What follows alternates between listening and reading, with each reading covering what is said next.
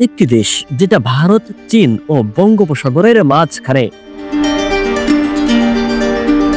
একটি জাতি যাদের 90% মানুষ মুসলিম। একটি ভূখণ্ড যেটা ইসলামের শেষ যুগে গুরুত্বপূর্ণ ভূমিকা রাখতে পারে। সেই দেশটির নাম বাংলাদেশ।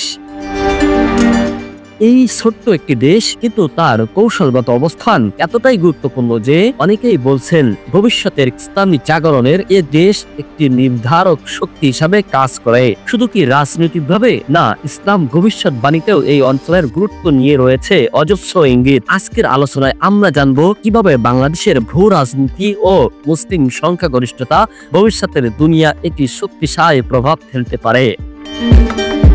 বাংলাদেশের অবস্থান এমন এক জায়গায় যেটিকে বলা হয় south Asia Jio strategical hub. একদিকে ভারত, অন্যদিকে চীন, নিচে বঙ্গোপসাগর আর পাশেই মিয়ানমার। এই অবস্থান বিশ্বের অনেক সুপার পাওয়ারকে চোখ রয়েছে বহু আগেই। বেল্ট অ্যান্ড রোড ইনিশিয়েটিভ হোক কিংবা কোয়াড জোট, সবাই বাংলাদেশকে চায় পাশে।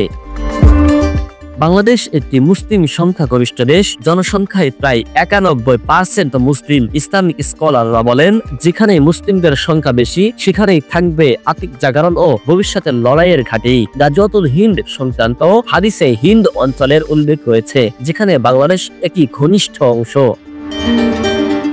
বর্তমানে বাংলাদেশে এমন এক অবস্থানে যেখানে পাশেই মিয়ানমারের মুসলিম নিধন চলছে আর ভারতের একাংশে ইসলাম বিদ্বেষ চরমে। ঠিক এই মুহূর্তে বাংলাদেশে একটি ভারসাম্যপূর্ণ ভূমিকায় আছে। ভবিষ্যতের মুসলিমদের জন্য মানবিক করিডোর, অর্থনৈতিক ঘাঁটি কিংবা ইসলামী ঐক্যর কেন্দ্র হয়ে ওঠার সম্ভাবনা আছে এখানেই।